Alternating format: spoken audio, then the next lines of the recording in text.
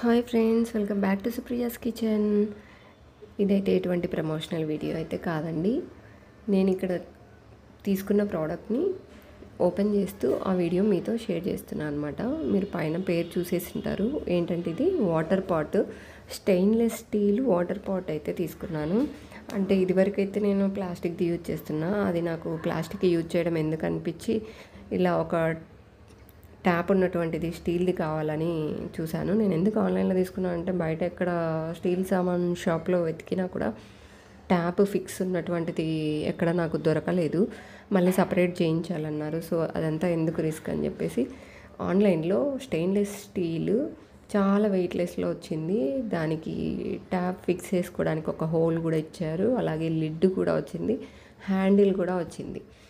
So ఈ product నాకైతే చాలా బాగా నచ్చింది. మీకు కూడా ఎవరికైనా యూజ్ అవుతుందేమో అని ఈ వీడియో చేస్తున్నా.